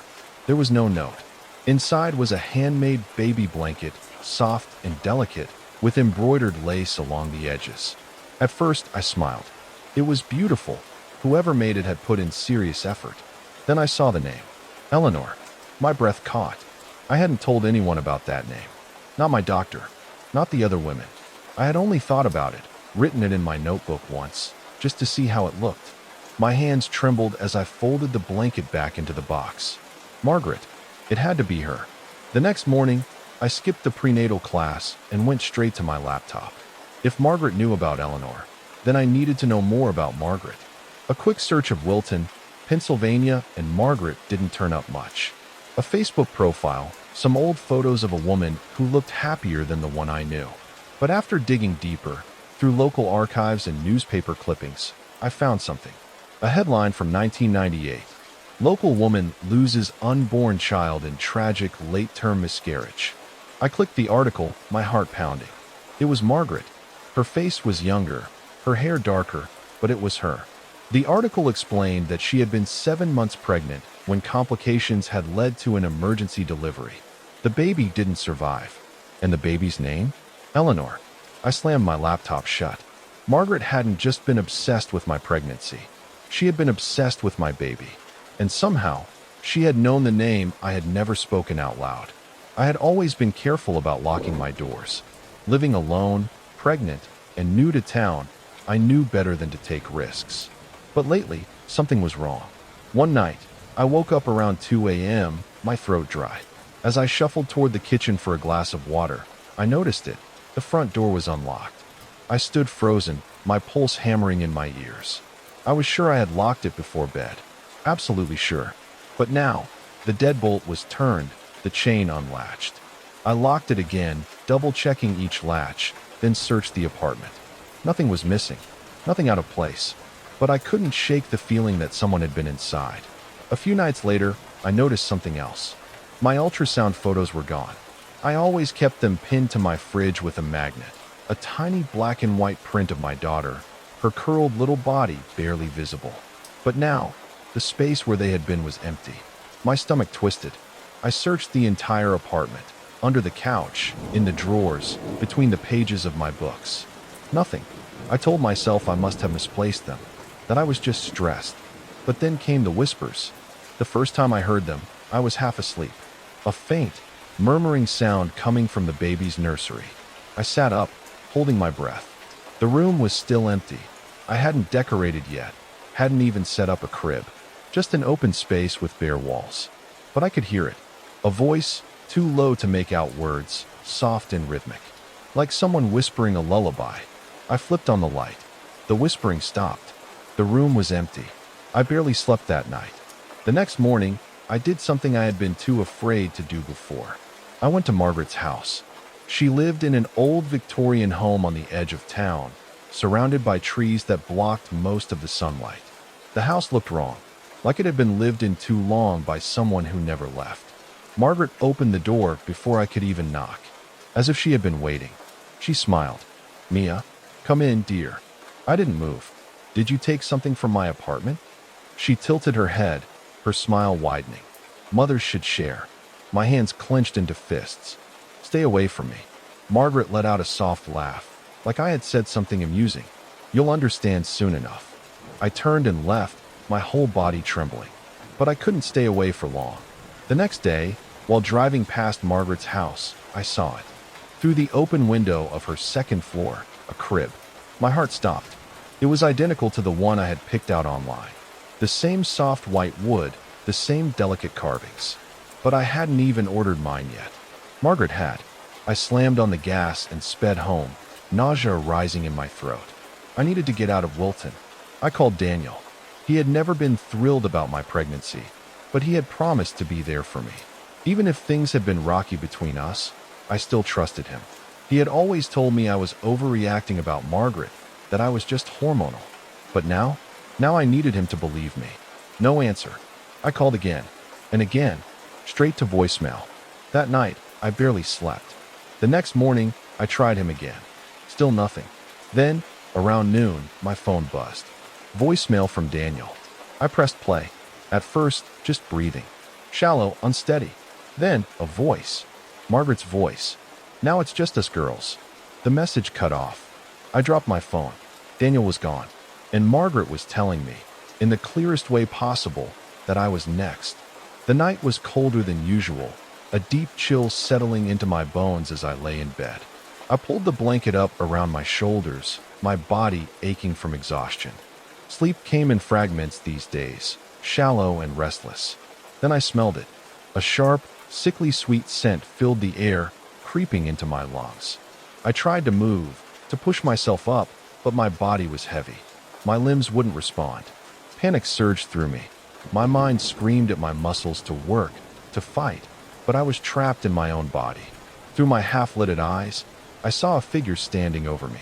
Margaret. She was so close I could see every wrinkle on her face, the slight tremor of her lips as she cradled my belly with both hands. "You don't deserve her, Mia." Her voice was barely above a whisper, filled with a sickening tenderness. I tried to scream. Nothing came out. The last thing I saw before everything went black was her smile. When I woke up, the first thing I noticed was the smell. Damp earth, old wood, faint traces of lavender. The second thing I noticed was the pain. My wrists burned. My ankles ached. My body was bound to a chair, thick ropes cutting into my skin. Then I saw the room. The basement was dimly lit by a single flickering bulb. The walls were lined with baby clothes, neatly folded. A small dresser stood in the corner, its drawers slightly open, revealing stacks of diapers, pacifiers, tiny socks. But it was the photos that made my stomach drop. Everywhere, pinned to the walls, were pictures, dozens of them. At first, they looked normal, images of a woman holding a baby, smiling down at her child.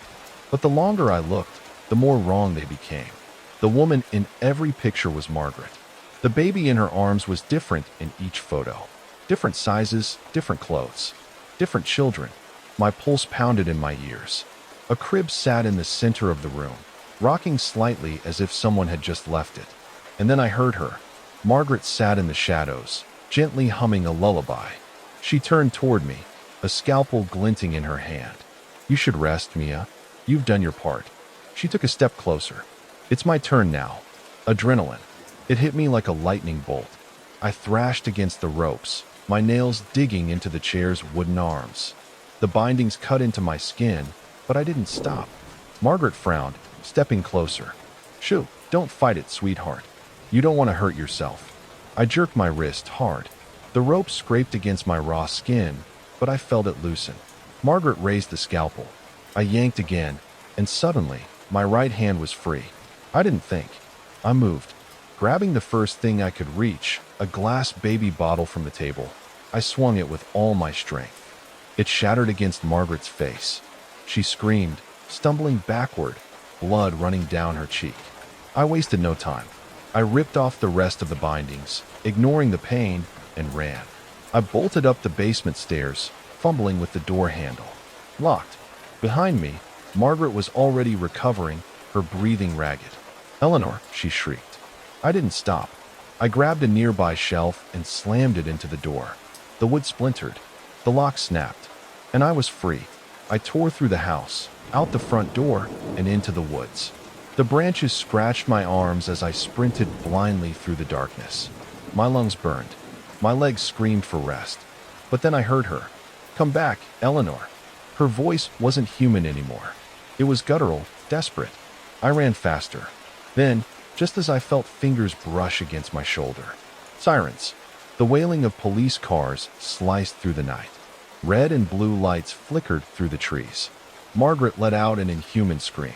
I turned just in time to see her collapse onto her knees, her face twisted in rage. She didn't run. She didn't fight. She just sobbed. She was mine. She whispered. The police swarmed in, their voices shouting, their flashlights cutting through the dark. And then, finally, it was over. 2 weeks later, I left Wilton. Margaret had been arrested, charged with kidnapping and attempted assault. The police found more than just my ultrasound photos in her house. They found locks of baby hair, hospital bracelets, newborn clothes, stained and aged. They never found out just how far her obsession had gone. I tried to put it behind me. But sometimes, at night, When I close my eyes, I still hear her whispering, "You don't deserve her, Mia." And deep down, I know Margaret still believes she was meant to be my daughter's mother. And I'm terrified she'll find a way to make it true. The police took Margaret away that night, her wrists bound in cold steel. She didn't scream. She didn't struggle. She just whispered to herself, rocking slightly, her lips forming words I couldn't hear. They searched her house for hours, combing through every dark corner, every locked drawer. What they found made my stomach churn. Stacks of stolen baby items, pacifiers, tiny hospital blankets, birth certificates, none of them hers. Dozens of ultrasound photos, names and dates scribbled on the backs. But it was what they found in a hidden compartment that made the officers go silent. A small, delicate box. Inside, an old, shriveled umbilical cord. It belonged to the real Eleanor. The baby Margaret lost all those years ago. But in her mind, Eleanor had never died. She had just been waiting to be reborn. Months passed. I left Wilton for good, settling in a new town where no one knew my name. I never spoke about what happened. The nightmares were bad enough. I didn't need to bring them into the real world. And then, on a cold February morning, I gave birth to a healthy baby girl. She was perfect. Tiny fingers, soft breaths, warm against my chest. I named her Eleanor. It felt right, like reclaiming something that had been stolen from me. For a while, things were normal. The sleepless nights, the late-night feedings, the quiet exhaustion of motherhood. I told myself the horror was over. Until the night I heard the lullaby. It was nearly 3 a.m. I woke to the faint sound of music, soft and familiar, drifting through the baby monitor. My stomach clenched. I grabbed the monitor and looked at the screen. The nursery was dark, but I could see the crib, the shape of my sleeping daughter, and standing over her, Margaret. She was smiling, her fingers tracing the baby's cheek, humming that same, sickly sweet lullaby. My breath hitched. My hands went numb. Margaret was still in prison. I didn't think. I ran to the nursery, throwing the door open so hard it slammed against the wall. The crib was empty. A gust of cold air brushed past me, and in the quiet, the baby monitor crackled one last time.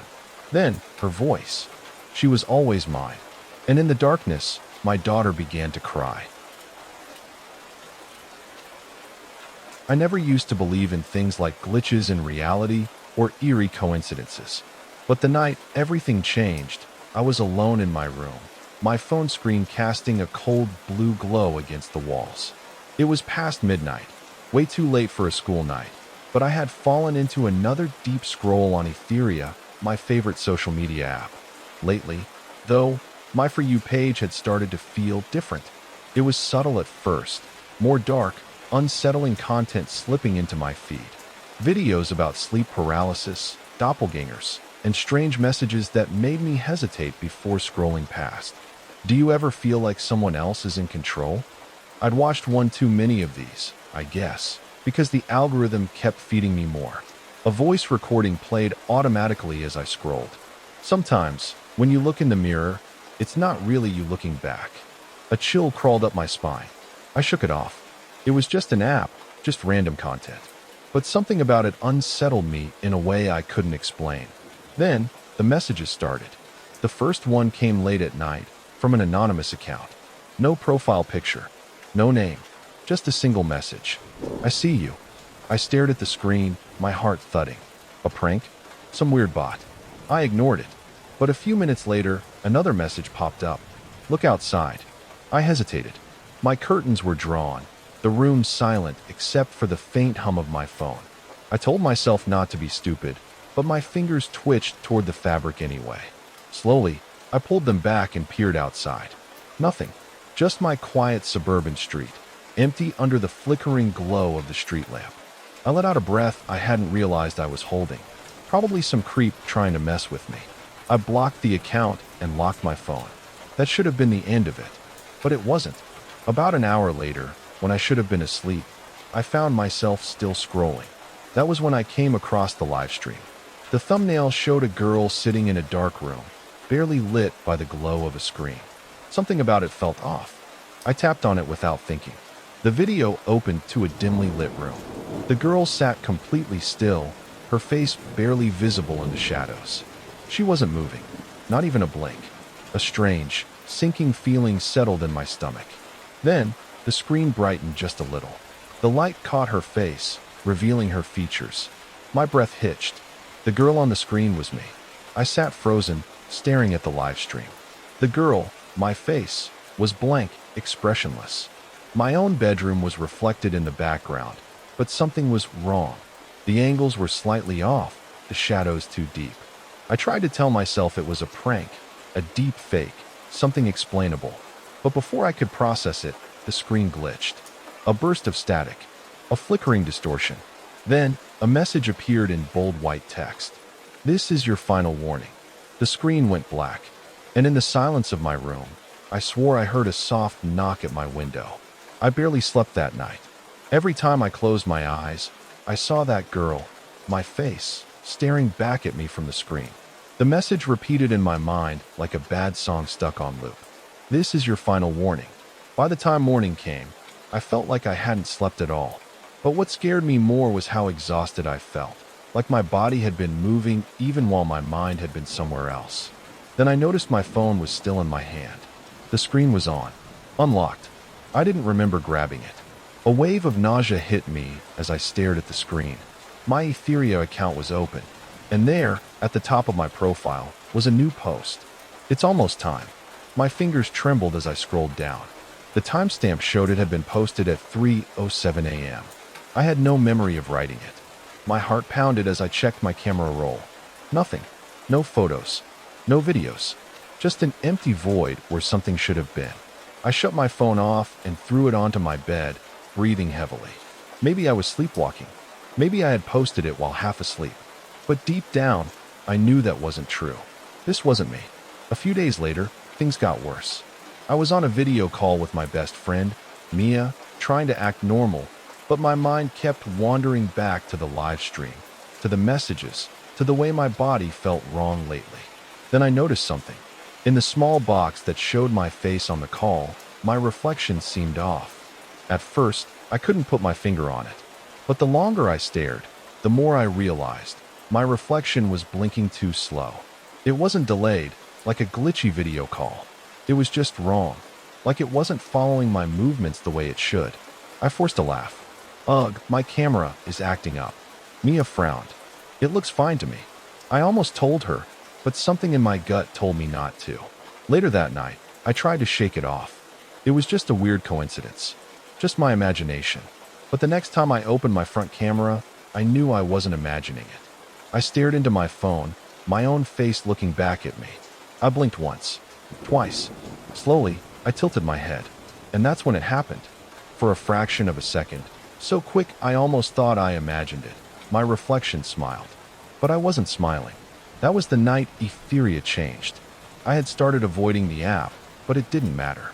Even when I wasn't on it, the notifications kept popping up. Videos, messages, alerts, each one more unsettling than the last. Then one video stopped me cold.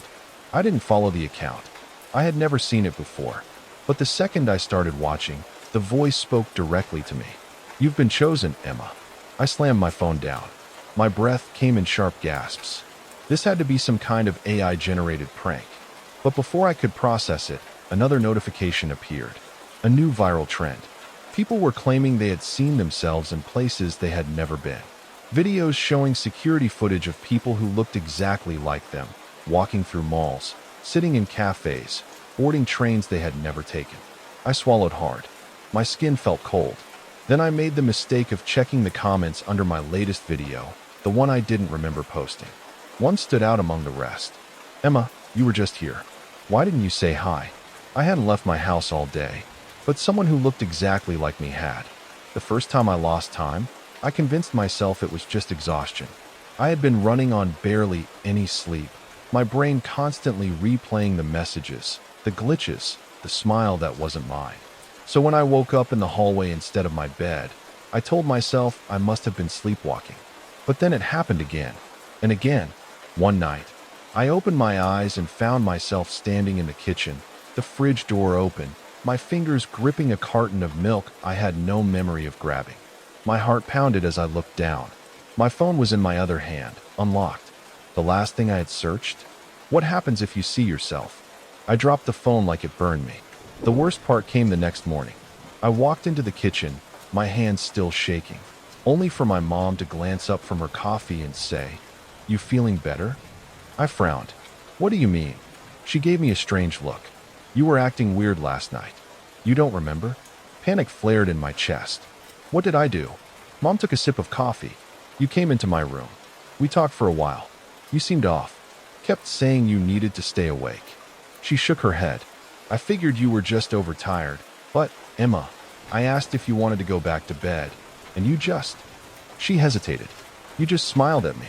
But it wasn't you." My stomach twisted. "Mom," I said slowly, "I never came into your room." Her face paled. The silence stretched between us, thick and suffocating. Then, she let out a nervous chuckle, shaking her head like she was brushing it off. "Maybe I was dreaming," she muttered. But the way she wouldn't meet my eyes told me she didn't believe that. Neither did I. The next day, Mia texted me first. "Mia, are you okay?" "Me, what do you mean?" "Mia, you told me to come over last night. Said you needed help." "Me, no, I didn't." "Mia, Emma, I have the messages." I stared at my screen, my pulse hammering. I clicked the screenshot she sent. There it was. A message from my number. "Emma, I need help. Come over now." A chill ran through me. I called her immediately. "Mia, I didn't send that." She didn't answer right away. Then who did? I had no answer. Still, Mia came over, because she was the kind of friend who would always show up when I needed her. But when she did, something happened that neither of us could explain. She rang the doorbell. I reached for the doorknob. But then she stopped. I saw her go still, her eyes widening in horror. She wasn't looking at the door. She was looking up. I swallowed hard and stepped back, peeking through the peephole. "Mia," I called. "What's wrong?" Her voice was shaky. "Emma, you're upstairs." I froze. "What?" She pointed, her face pale. "I just saw you looking at me from your bedroom window."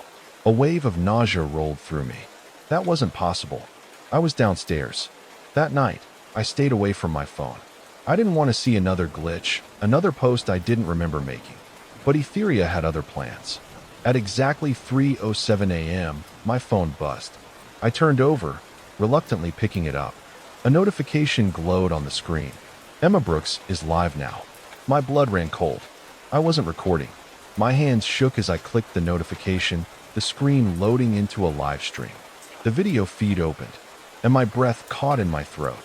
The screen showed the front of my house, the shaky glow of the street lamp, the empty road. The camera was pointed directly at my front door. No, not empty. There was someone standing outside. My stomach lurched. It was me. I was staring into the camera, motionless. My own eyes, blank and unblinking. My expression was empty, except for a small, knowing smile curling at my lips. The screen glitched. The video cut out. And then, from outside my window, I heard the soft creak of the front gate swinging open. My hands were shaking as I pressed down on the screen, my thumb hovering over Etheria's icon. Enough was enough. I tapped and held the app, waiting for the delete option to appear. My heartbeat pounded in my ears as I hit remove app. A confirmation message popped up. "Are you sure you want to delete Etheria?" "Yes." I pressed confirm. For a second, relief washed over me. The app vanished from my screen. Then, my phone flickered. The screen glitched, lines of static running across it, like a corrupted file. A sharp, buzzing noise filled the air, and before I could react, the screen blinked back to normal. The app was still there. No, it had reinstalled itself. A new notification appeared at the top of my screen. "You can't delete me." My breath hitched. Another message popped up immediately after. "I am you now." A wave of nausea rolled through me. My vision swam. My fingers trembled as I slammed my phone down onto my desk, as if that would make it stop. It didn't. The screen stayed on, glowing faintly in the darkness. And then, against my will, the camera app opened. My own face stared back at me. But it wasn't me. The reflection moved before I did. I don't remember falling asleep, but I must have. The next thing I knew, I was jolted awake by the sound of footsteps pounding up the stairs. My bedroom door flew open. My mom stood in the doorway. her face pale, her chest rising and falling in quick, frantic breaths. "Mom," I croaked, sitting up. My throat felt raw, like I'd been screaming in my sleep. "What's wrong?" She didn't answer right away. Her hands were shaking. "Emma," she whispered, her voice barely audible. "You just walked past me outside." A chill shot through my spine. I shook my head. "No, I didn't. I've been in here all night." Mom stared at me, her expression flickering between confusion and terror. "I saw you." Her voice cracked. "I was locking up for the night. I looked out the window, and you were standing in the yard. You walked right past me. You looked right at me, Emma." I swallowed, my mouth suddenly dry. That wasn't me. For a long moment, neither of us spoke. Then, from somewhere outside, we heard the slow, deliberate creak of the back gate opening. My phone buzzed. I didn't want to look. Every part of me screamed to not look. But I did. Another notification. Another live stream. Emma Brooks is live now. Dread curled in my stomach. I clicked the notification with trembling fingers. The screen loaded. The camera feed showed my backyard.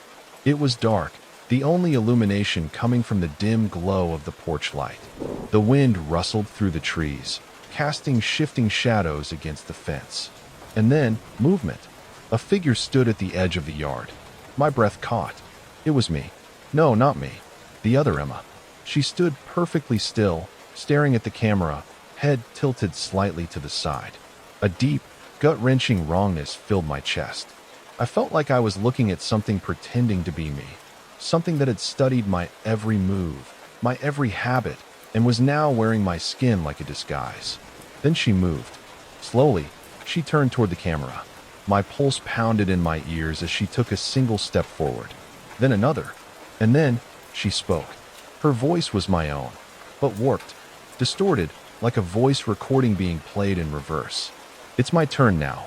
The screen flickered, the image warped, and suddenly my face, her face, began to distort, stretching unnaturally, her features twisting into something inhuman. Her mouth pulled wider than it should, her eyes hollowing into dark, empty pits. My own reflection was breaking apart. The screen glitched again, static roaring in my ears. Then, just as abruptly, the live stream cut to black. Silence. I didn't realize I was shaking until my mom grabbed my arm. Her fingers dug into my skin.